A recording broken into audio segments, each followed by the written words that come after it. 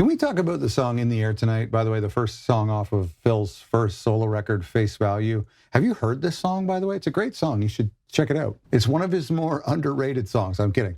Okay, we've done a video earlier about the meaning behind this song. So there's all these myths and theories as to what the meaning is behind the song. Some people say that he saw a murder in the parking lot. Other times he said he saw somebody watch another person drown, and then he invited that person to the concert and he sang this song to them. Then there's even this more realistic idea that this was written to the man who had an affair with his first wife. But all of these things aren't really true. In fact, Phil just says he sat down at the piano, he had these feelings, maybe they were subconscious, but these lyrics were mostly improvised. They're all improvised. And we know that to be kind of true, right? I can feel it coming in the air tonight, oh Lord. What? What? Doesn't make any sense. But it's also what makes this song so incredible, so mysterious, so ominous, and so beautiful. In fact, I've also talked about the concept of mumble lyrics. And it's this idea where when a songwriter is playing along to a piano or a guitar track, they like this melody, they're searching for a melody, like they like the sound that the chords are making, and they're fleshing out the melody using mumble lyrics, just mumbling a bunch of words that fit well, and then they later go back and change them. Or in the case of Sussudio, they don't change them. And in the case of In the Air Tonight, Phil didn't change it. Let's talk about the contents of this song. We have this Prophet synthesizer pad. We have some of Daryl Stromer's electric guitar happening. There's some vocoder stuff happening as well. Of course, the iconic drums. There's the CR78 drum machine that goes on throughout this. You know, one of the reasons I do like this song, I love this song, great album opener. His best album opener. But one of the things about the song that I don't absolutely love is just the impending climax, right? Like the song is about the drum fill, and the drum fill actually almost kind of trumps the song. So when you're listening to the intro, you know that it's coming, and you should probably set aside a few seconds, stop what you're doing to listen to this drum fill. I feel like because of that, it's like the song is like a Jack in the Box, you know? It's like, okay, this sounds nice, but something's coming. How many of you have done that New Year's Eve thing where you start at like 57 or 58 or something, you start at a certain time so that the drum fill comes in right at midnight? I've never done that before. I'll have to do that sometime. Maybe we'll do it live on the channel. Let's talk about the stats real quick. The song came out on January 9th of 1981. It was the first single from the album Face Value. The second single would be I Missed Again. The single came in at number 36 on the charts. And then I believe the week after, it jumped all the way to number 3. So in the UK, it went to number 2. In Sweden, Switzerland, it went to number 1. Same with Netherlands and Austria. On the Billboard Top 100 in the US, it only went to number 19. But on the Billboard Hot 100, the Billboard Mainstream Rock, it went to number 2. So a very significant song for Phil. I think one of the iconic elements of this song is the fact that this could be a pop song, that this could go to number 2. Could you hear a song like this going to number 2 today on the pop charts? Of course not. Now, the 80s have some like spooky, dark pop songs, but this was just not, it wasn't a love ballad.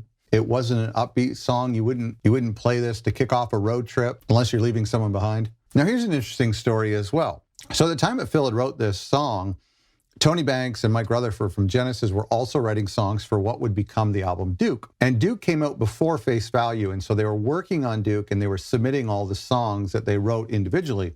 Some of the songs that Phil submitted was Misunderstanding, Please Don't Ask.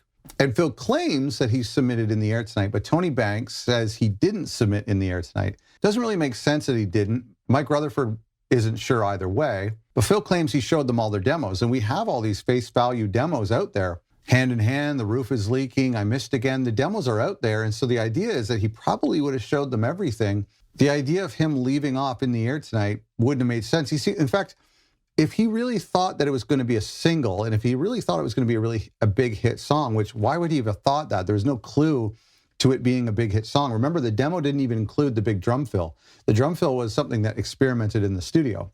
So there really wasn't anything too special about this song. In fact, it sounded a lot more like a Genesis song, and it has the qualities of the dark, ominous 80s Genesis songs that Phil would become famous for later on, like Mama and Home by the Sea and Domino and Land of Confusion. So it really doesn't make any sense that he wouldn't play it for the band unless he was just so self-conscious of it that he just didn't think they would like it at all. But that should have been the case for Please Don't Ask as well. I think it would have made a great Genesis song. In fact, recently, Tony Banks said that had it become a Genesis song, Tony probably would have messed it up because he would have thrown too many chords in there. which is nice of him to say. The simplicity of the drum beat and the drum fill and the drum song and the simplicity of the melody and the lyrics is what makes this song so special. It would have made a great Genesis song, but then we probably wouldn't have had the Phil Collins solo career that we do.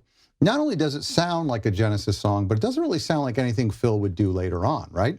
He would copy the model a little bit on Through These Walls and I Don't Care Anymore, but after that, he went brighter, he went poppier, and he kept his dark side for Genesis, which I love. We won't talk about the gated reverb drum sound because I did a whole other video about that and gave the history of that, which came from Intruder on Peter Gabriel's record, and is a sound that kind of evolved over time with Hugh Padgham. I've done another video, so I won't get into that. But of course, the drums are iconic. Really interesting to know, in recent interviews, Phil said that they basically improvised some drum fills at this moment in the song and ran the tape a couple times and had a bunch of different options. This wasn't necessarily the best drum fill in his eyes. This was just the one he preferred, and they went with it. There's like 2 or 3 or 4 other drum fills that were recorded, and those could have been picked, and those could have been the iconic one that we see showing up in YouTube videos and TikTok memes. Anyway, there's so much to be said about this iconic song. What do you think about the song In the Air Tonight? You know, of all of Phil's big pop hits, I would say this song, Sussudio, or, you know, Take Me Home would be on my favorite Phil Collins list. Other than that, not too many of his big hits are actually my personal favorite songs, but In the Air Tonight would be one of those. How does it rank for you? Thanks for watching.